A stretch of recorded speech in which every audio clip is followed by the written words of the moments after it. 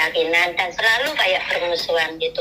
Sampai anaknya pun nggak boleh saya pegang, nggak boleh diajak ngomong. Seperti itu. Pokoknya kurang nyaman lah sekarang intinya. Gitu. Oke. Terus saya tuh kalau udah ngerinyo, makanya kalau tak lihat dulu perkembangannya gimana dia berubah, makin baik apa makin gimana itu. Terus rencananya itu umpamanya ngebreak, terus cari majikan lagi bisa nggak sih? Nunggu visa di Indo? Bisa, kalau nunggu visa di Indo bisa, nggak ada masalah. Sampai nomor berapa tau? 47. 47, tapi kalau sampai umur 47 sampai sebaiknya ya jangan ngebreak lah, karena kalau 47 ngebreak pulang Indonesia sangat sulit sekali majikan yang mau. Sampai kan yang kena scammer itu tuh Mbak dulu Mbak?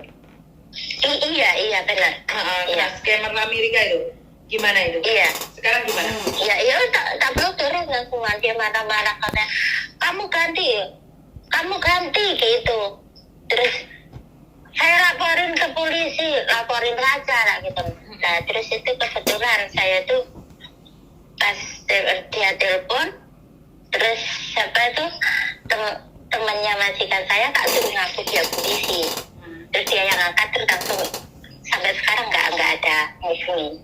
Oke. Berarti sampean sudah tahu ya, berhati-hati dengan scammer ya, kan yang Amerika itu toh? Iya, alhamdulillah. Sampean kehilangan uang nggak waktu itu? Tidak, belum.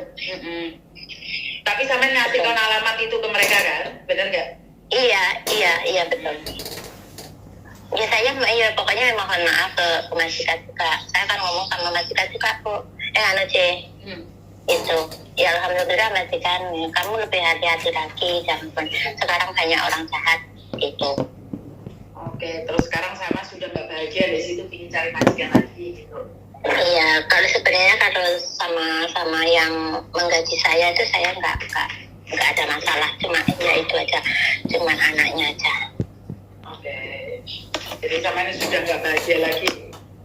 Iya nggak, pokoknya rasanya kayak kemarin sih ya, namanya anak kecil mainan kursi pendek itu didorong-dorong, terus di dapur itu kan ada kayak tangga kan, nah itu hampir jatuh. Terus saya ngeliat, terus langsung saya tangkap, saya jongkok, dia kan mau nangis, terus saya maunya menghibur gitu, jangan nangis, nggak apa-apa, saya kan bilang gitu. Terus bapaknya lo kok bilangnya gini, kamu jangan bercakap dengan anakku gitu.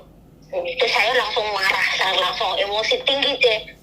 Pergi sana, saya kamu anakmu, jangan boleh ke dapur, kunci pintunya, aku gitu. Kamu itu gila sampai pokoknya emosi banget saya deh. Soalnya nggak sekali dua kali gitu loh sih.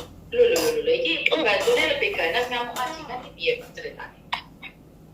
Soalnya selama saya di sini 5 tahun sih, 3 tahun itu semenjak ada demo sampai sekarang tuh dia nggak kerja, sampai punya anak 2, sampai sama bapaknya lu suruh pindah, ada rumah kosong suruh nempatin nggak mau. Nggak nyamannya itu apa juga, sama orang tuanya berani tengkar, teriak-teriakan. Sebenarnya saya juga nggak nyaman juga sih, dulunya nggak seperti itu gitu. Jadinya seperti itu.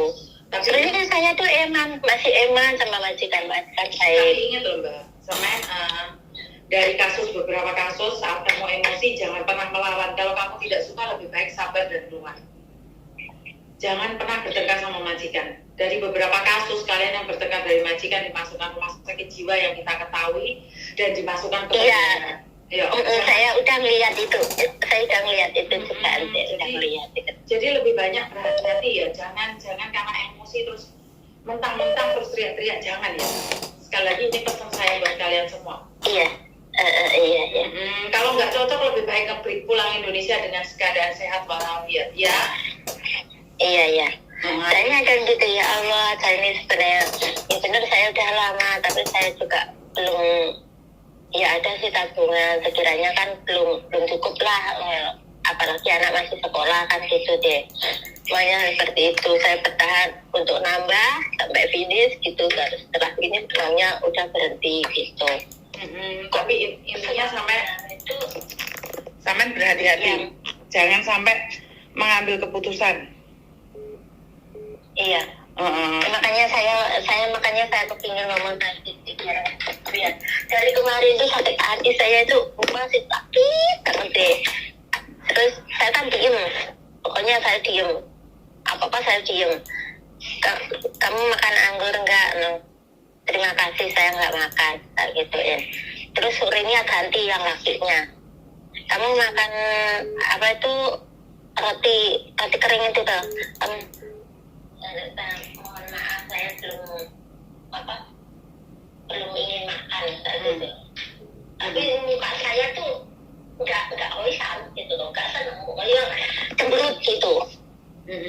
Soalnya saat itu saya juga sibuk masak, ditawarin seperti itu. Mohon maaf, minta saya belum sempat kali gitu ya. Ngerti, tapi dengan adanya konten-konten yang ada ini lebih baik berhati-hati, nggak cocok keluar.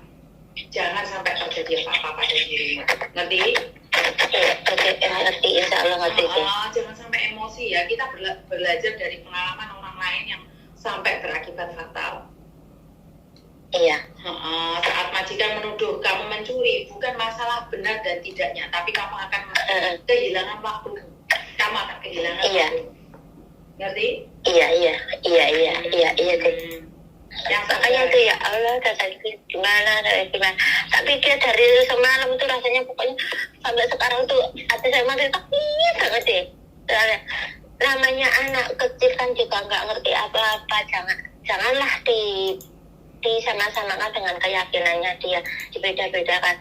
Kan kemarin itu kan juga gitu deh. Apa itu saudara-saudaranya bapak kan semuanya kan di sini juga sembahyang di sini. Terus dia kan lain keyakinan. Dia pergi ya pokoknya dikasih uang itu di saat biasa hari raya kan ada apa itu sangu itu kan mesti anak kecil kan nggak boleh dikasih, juga nggak mau cakap sama saudara-saudaranya yang ngomong kok gitu ya, nggak tahu kamu diajak pindah ikut berdoa nggak? Iya kan, tapi saya nggak mau. Janganlah orang kita sendiri ada kok di dalam hati kita itu sendiri itu ada itu saudara-saudaranya seperti itu. Oke, sekali lagi banyak yang cece itu camkai, maksudnya adalah ikut dalam rumah tangga majikan, itu banyak sekali. Kenapa majikan tidak suka dengan cece sekarang ini? Mereka merasa sudah tahu tentang keluarga, mereka ikut campur terlalu banyak. Ini yang seringkali kita lupa, bahwa mereka adalah bukan keluarga kita. Urusan mereka kadang-kadang kayak sama cerita tadi ya, yang saya petik dari cerita tadi, seolah-olah Samen itu mudah tersinggung, kan itu rumah tangga mereka. Mereka nawarin kamu buah, harusnya Samen bersyukur dia baik sama kamu. Makan tidak makan diambil satu, itu namanya menghargai. Iya. Kamu tidak menghargai mereka, terus bagaimana orang lain menghargai dirimu sebagai pembantu? Benar nggak? Majikan nawarin kamu hakmin, kamu nesu. Lah bagi sopo? Benar nggak? Lagi pikir-pikir loh. Walaupun kamu kerja berat atau bagaimana, tapi kan ya nggak seharusnya. Itu sering loh, nggak saya dapat komplainan dari majikan. Jika mau jadi hakmin nggak? Wah, kemai oke yang oke kalau hakmin, oke lima. Paham nggak maksud saya? Jadi banyak orang akhir-akhir ini melihat kita itu miring. Iya bener loh. Sampai anaknya jatuh atau apa diambil, terus sampai ngomong, bawaan pergi sana aja, jangan ini. Loh itu dapurnya mereka loh, Mbak. Bener nggak? Dia mau kemana kan terserah dia tuh. Ngerti nggak maksudku? Dan kamu seolah-olah tersinggung. Ini yang salah, ini mental yang salah. Karena ini adalah rumah dia. Nah sekali lagi kalau sampai kita diusir, kita yang ribet. Iya. Bener nggak? Jadi kesabarannya harus lebih loh sama yang doa. Jadi ini kalau kayak masalah kayak yang gaji saya itu katanya kan terserah kamu mau kerja di sini sampai kapanpun juga nggak apa-apa. Tapi saya bilang lah, tapi lah anakmu nggak begitu suka sama saya kan gitu. Saya kan gitu Cep. Terus gini, nggak apa-apa lah wong dia yang enggak sih kamu yang gaji kamu itu aku. Iya, karena itu sama lost respect. Kamu tidak menghargai dia karena dia tidak menggajimu. Jadi kalau kamu tidak menghargai dia pun tidak akan pernah bisa menghargaimu. Kalau kamu tidak pernah menghargai dia juga tidak akan pernah menghargai dirimu. Ingat itu. Ingat ilmu timbal balik. Ilmu yang diberikan adalah apa yang kamu berikan dia akan memberikan yang sama padamu. Karena kamu merasa dia tidak gaji. Makanya dia sama sekali tidak menghargaimu, tidak merespek kamu. Itu sebenarnya respect itu dari kamu. Karena kamu merasa bapak ibunya suka sama kamu, maka kamu perlakukan anaknya seperti itu. Nah, ini yang aneh. Di rumah tangga saya, di keluarga saya, yang gaji itu saya. Tapi kalau sampai pembantu saya tidak menghargai anak-anak saya, saya nggak suka, kan? Dan saya nggak mungkin marahi anak saya demi pembantu loh, nggak juga loh. Benar nggak? Salah atau benar? Biarkan saya memberikan cerita ini pada dia. Tapi saya tidak akan percaya omongan kalian.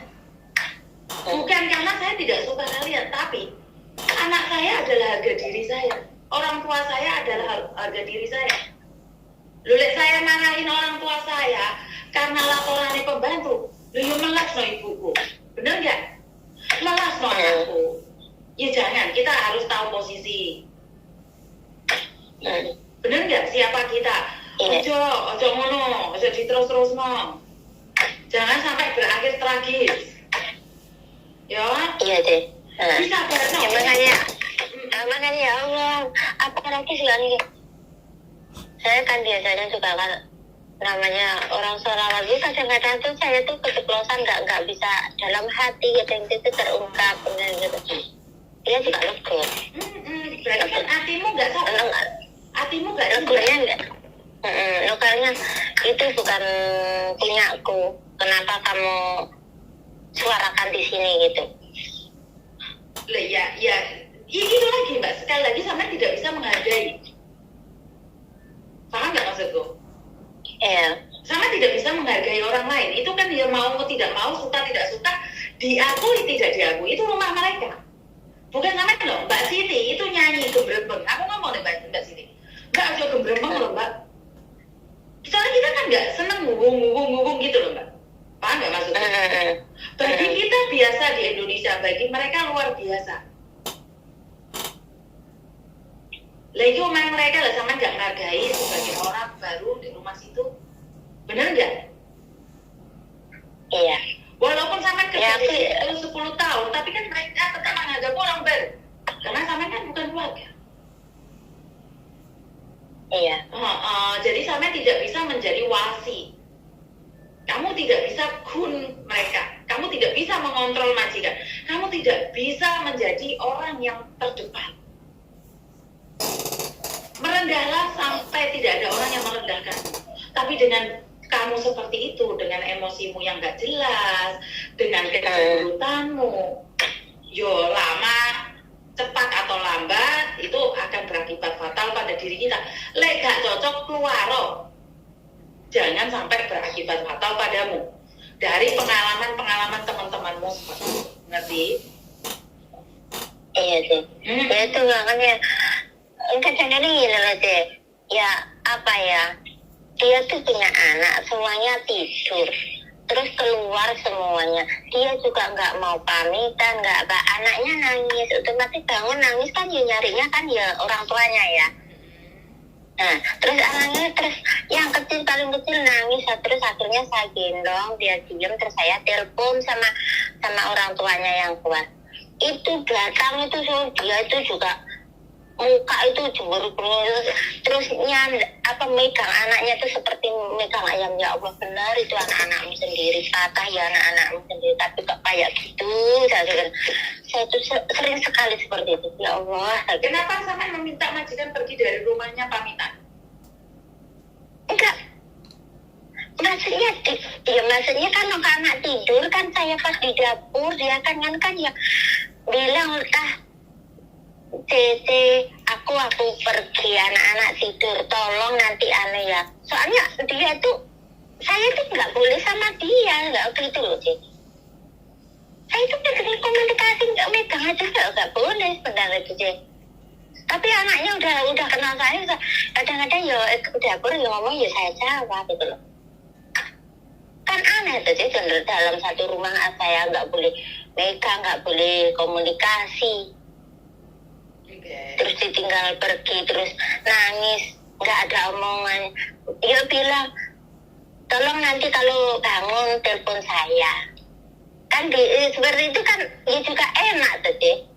Ya, itu sebagai adat kita di mana sopan santun itu dibutuhkan. Tapi kan lupa bahwa ini adalah Hongkong. Sama lupa bahwa ini adalah Hongkong. Apakah sopan santun itu kewajiban bagi orang Hongkong? Tidak. Benar ya? Iya, tapi kan ya ada bapaknya juga ada begitu, nggak tidur, dia juga nggak ngomong. Terus saya kemana dia bilang nggak tahu. Sekali lagi, ini yang saya katakan bahwa sampai mencoba mengontrol mereka. Sama dengan saya. Waktu saya keluar, ada ibu saya di sini. Saya sama suami saya keluar. Nggak perlu dong saya laporan sama ibu saya. Anak saya bangun nangis, ya kalian ngurus sendiri loh. Paham nggak maksudnya? Ini yang saya katakan, poinnya sampai mau mengontrol keluarga. Di mana itu rumah mereka, hak mereka dibiarkan aja. Anak nangis dia masih dikebuki, ya nggak urusan. Kenapa? Kalau kamu pakai hati, ntar kamunya yang tersiksa hatinya. Ngerti nggak maksud saya? Iya. Memang hati orang Indonesia kan kebanyakan sebelum nggak dikatakan gitu dia. Nah, saya tahu kamu orang Indonesia. Tapi kamu tahu sekarang ada di mana? Iya, aku tahu posisi saya juga di sini. Jadi dari situ jangan lupa siapa dirimu dan bagaimana dirimu. Posisimu sebagai apa. Ini yang saya rasakan bahwa kamu mencoba untuk menjadi kontrol mereka. Padahal ayat 1 pasal 1 majikan selalu benar dan cinta di atas kontrak. Sesayang-sayangnya kamu sama keluarga majikan, kontrak diputus, cinta pun hilang. Mawas diri, jangan sampai mengontrol mereka. Karena kehadiran kita di sini hanya membantu. Dan mereka tidak minta pertimbangan kita.